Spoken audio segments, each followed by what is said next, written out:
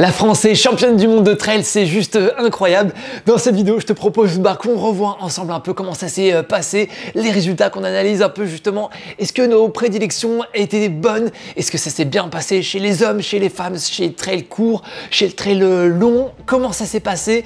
Et on fera un petit clin d'œil, oui, à un autre athlète suisse qui a réussi une petite épreuve à côté, mais qui ressemble pas mal au trail. On en reparlera juste après. Je pense que les connaisseurs savent déjà de qui je vais parler. Je te propose qu'on perde pas trop de temps, tout simplement. Là, on va pas être sur une vidéo extrêmement longue. Le but, c'est vraiment juste de partager un peu les résultats. Voilà, pour ceux qui n'ont pas forcément ouvert les réseaux sociaux, pour ceux qui n'ont pas trop regardé les résultats. Enfin bref, déjà, les championnats du monde, c'était à Canfranc, dans les Pyrénées espagnoles. C'était vendredi pour le trail court et samedi pour le trail long.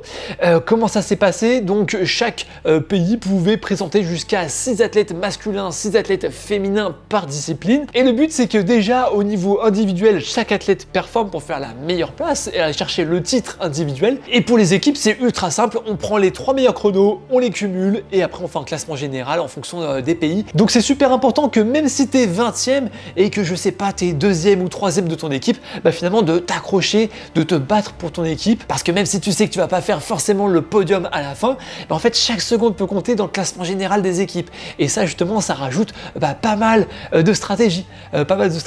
Et pas mal de dons de soi. Vous allez voir un peu, justement, il s'est passé un truc chez les Français à propos de ça. C'est juste incroyable, la générosité d'un gars d'ailleurs qui est aussi youtubeur. Bref, vous allez voir, et qui a pu participer au championnat du monde. Je te propose qu'on commence tout de suite par le trail court. Comme je disais, en première position, Frédéric Tranchant qui termine en 4h42, donc 45 km pour 3500 mètres de dénivelé positif. C'est une sacrée cadence, voilà, on avait prévenu un peu que les Pyrénées espagnoles, ça allait être assez vertical. Et Frédéric Tranchant, qui est champion de France de la discipline, en plus sur un parcours très similaire, mais aussi champion de France de kilomètre vertical, lui justement, ce genre de belle montée, c'est là qu'il a pu creuser l'écart. Vraiment, il galopait, c'était un chamois en montée, il a pu bien prendre de l'écart, creuser l'écart même. C'était vraiment impressionnant, et même en descente, finalement, il prenait un peu plus de temps, un peu plus en gestion, mais ça s'est bien mieux passé pour lui que pour Manuel Merillas, qui est connu pour ses belles descentes finalement. Alors Fred Tranchant terminera donc premier pour notre plus grand plaisir, évidemment, et Manuel Merillas, dont on parlait, et finalement va terminer 3 minutes 23 plus tard. Donc il y a eu quand même un bel écart derrière les deux, et finalement, on sent qu'on va être en Espagne parce que derrière, il va y avoir Andreu Blanes et puis Alain Santamaria. Donc finalement, l'Espagne, logiquement, va remporter le titre finalement de champion du monde par équipe sur le trail court. Et pour nos Français, finalement, Sylvain Cachard va arriver 9e avec 16 minutes 13 de retard sur Frédéric Tranchant, alors qu'au début, ils étaient un peu ensemble. Et puis notre 3e Français, ça va être Johan Beaujard, qui lui va avoir 20 minutes 46 de retard sur Frédéric Tranchant. Finalement, la France en sort pas si mal niveau équipe parce que l'Espagne va cumuler 14h33, là où la France finalement, en tant que cumulé d'écart, va avoir que 10 minutes d'écart et ainsi devenir vice-championne du monde de trail court. Ça c'est pour les hommes. Pour les femmes, ça s'est passé différemment avec Tove Alexandersson devant. Alors elle a tout explosé, c'est-à-dire que même au scratch, elle a fait 17e position. Là où on dirait que Fred Tranchant a fait 4h42, elle a fini en 5h04. Ce qui n'est pas finalement un grand écart, et elle a tout cassé, tout simplement, puisqu'elle met 33 minutes 55 à la deuxième, à la locale de l'étape, l'Espagnole Sara Alonso, qui elle, s'est battue et jusqu'à la fin va être presque au coude à coude avec la 3e, la Britannique Naomi Lang, qui est 40 secondes derrière Sara Alonso, donc c'était serré quand même au niveau du chronomètre. On a vu qu'elles sont battues quand même une bonne partie du temps. Alors il y a eu durant les trails courts quand même un passage sur le début où il y avait pas mal de gens qui se sont fait piquer par des guêpes. On a entendu des cris, on a entendu des gens se plaindre, des gens allergiques qui ont dû s'arrêter. Donc voilà, on imagine que peut-être sans ces guêpes, finalement peut-être qu'il y aurait eu un scénario de course un peu différent, avec certains cadors qui peut-être auraient tenu tête justement, que ce soit chez les hommes ou chez les femmes. Notre notre champion du monde, on est bien content qu'il soit français, mais voilà, il y a ce truc à prendre en compte aussi. Et puis pour les Françaises, en 6e position, on va retrouver Clémentine Geoffrey qui va terminer 42 minutes après Tove Alexanderson, donc ce qui est pas finalement un grand écart avec la deuxième, puisqu'en réalité il va avoir voilà 8 minutes d'écart entre elle et la deuxième, qui est donc Sarah Alonso, on l'a dit. Et notre deuxième française, c'est Olivia Magnon, qui elle va terminer 59 minutes et 51 secondes derrière la première. Et puis la troisième française en 20e position, c'est Adeline Martin, qui elle terminera en 1 heure et 56 secondes, ce qui finalement classe notre équipe de France en 3e position, avec quand même un bel écart voilà, sur la deuxième et la première. Donc nos Françaises sont finalement médaillées de bronze en équipe et nos Français médaillés d'argent en équipe. C'est plutôt pas mal et je te propose qu'on passe directement sur le trail long, puisque sur le trail long on a eu un scénario plutôt sympa. En fait, tous nos Français ont formé des binômes. À l'avant, par exemple, on avait Benjamin Robiol avec Louison Coiffé. En deuxième binôme, on avait Baptiste Chassagne et Vincent Bouillard. On sait qu'ils s'entendent bien les deux, ils sont assez potes. Et puis à l'arrière, on a eu Mathieu Delpech et Robin Julaguet qui finalement se sont bien maintenus, qui se sont bien tirés la bourre justement pour aller un peu de l'avant. Et finalement, notre binôme de devant, Benjamin Robiol et Louise Coiffé, qui d'ailleurs avait fait premier, deuxième au championnat de France, finalement vont accueillir un petit troisième, pas trop connu avec eux, un certain Jim Walmsley. Ouais, ok, peut-être un débutant. L'américain qui lui avait fait le choix justement de ne pas partir tout seul sur ces championnats du monde, mais finalement d'attaquer un petit peu plus tard. Un petit peu plus tard, il a attaqué aux environs de la mi-course, 2 tiers de course, et finalement les trois sont partis ensemble tout le long, et il a suffi d'une belle descente, d'un beau plat pour que l'Américain, le Boeing, déploie ses ailes et finalement déploie sa légendaire foulée pour attaquer et à la fin terminer champion du monde. Il terminera ses 82 km et plus de 5200 mètres de dénivelé positif en combien? En 8h35 et 11 secondes. Je sais pas si on se rend compte un peu de la dinguerie du truc, c'est quasiment 10 à l'heure de moyenne.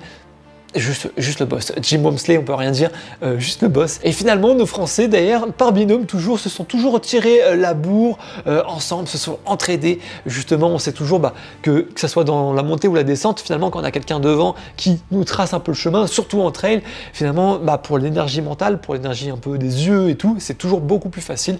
Il y a un petit truc d'aspiration, mais finalement, beaucoup moins qu'en vélo. Mais finalement, ça a été beaucoup plus pour l'énergie mentale qui se sont tirés la bourre. Et finalement, ça va être Benjamin Robiol et Louison Coiffé qui, ex aequo, vont sortir le drapeau français sur l'arrivée pour terminer deuxième ex aequo. Ils seront suivis d'un autre binôme français, 10e et 11e, Vincent Bouillard et Baptiste Chassagne.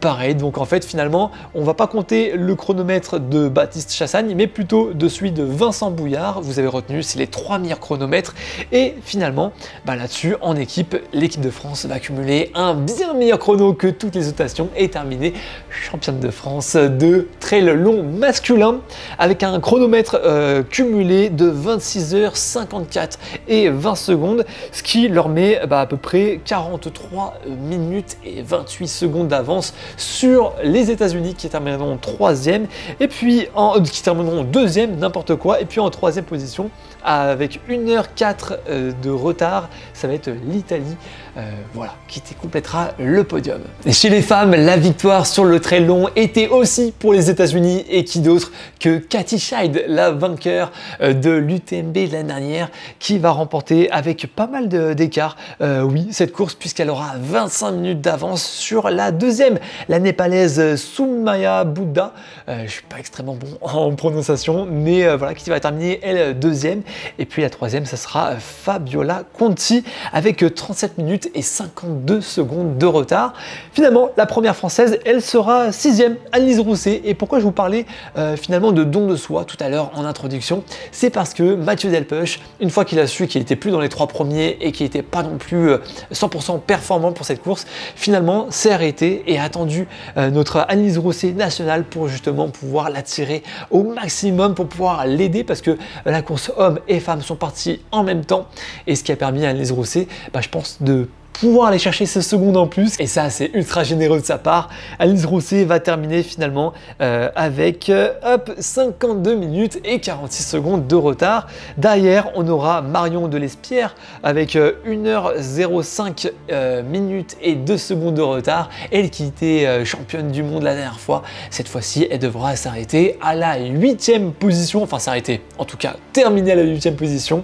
Et pour compléter le top 10, une autre française, ex-américaine, mais qui s'est naturalisée française il n'y a pas longtemps, c'est évidemment Hilary Girardi qui terminera avec 1h07 et 21 secondes de retard sur la première. Avec tout ça, c'est finalement l'Italie qui va remporter les championnats du monde de trail long par équipe, suivi des États-Unis avec 19 minutes de retard, et puis encore 3-4 minutes plus loin, la France en 3e position. Donc si on récapitule, pour le trail long, chez les femmes 3e, chez les hommes 1er, chez le trail court, les femmes 3e et les hommes 2e. Plutôt belle réussite, toutes les équipes ont terminé sur le podium, magnifique. Et en plus, on a eu la médaille d'or de Frédéric Tranchant et les médailles de bronze et d'argent pour Louison Coiffé et Benjamin Roubiol. Donc plutôt belle réussite ces championnats du monde de trail. Et d'ailleurs, en parlant de championnats du monde de trail, et ben en même temps, il y avait aussi les championnats du monde de course en montagne. Ça, c'est encore une autre discipline. Et là, à l'heure où je tourne cette vidéo, la course n'est pas encore terminée, donc je ne vais pas pouvoir vous dire qui est champion. Mais par contre, sur les championnats du monde de course verticale, on a une surprise. Bon, qui n'en est pas vraiment une, on a le Suisse Rémi Bonnet qui remporte la médaille d'or, lui qui est connu pour le marathon du Mont Blanc, qui est aussi connu pour les Golden Trail Series, qui avait remporté ces épreuves. Et ben là, il a ce titre de champion du monde de course verticale. Bravo à lui, bravo à l'équipe de France. Et puis, dis-moi, toi, dans les commentaires, est-ce que tu le sentais venir? Est-ce que tu as été surpris par nos Français et Françaises sur trail long, trail court? Quelle est la prochaine course que tu vas suivre? Est-ce que ça va être la Saint-Élion? Est-ce que ça va être la Diagonale des Fous? Est-ce que ça va être une autre course? Bon, en tout cas, on se donne rendez-vous dans une prochaine vidéo. N'hésite pas à liker cette vidéo, ça fait toujours plaisir, ça soutient. Et ça me motive encore plus à en faire et à en faire. Donc, merci beaucoup. Allez, ciao, ciao!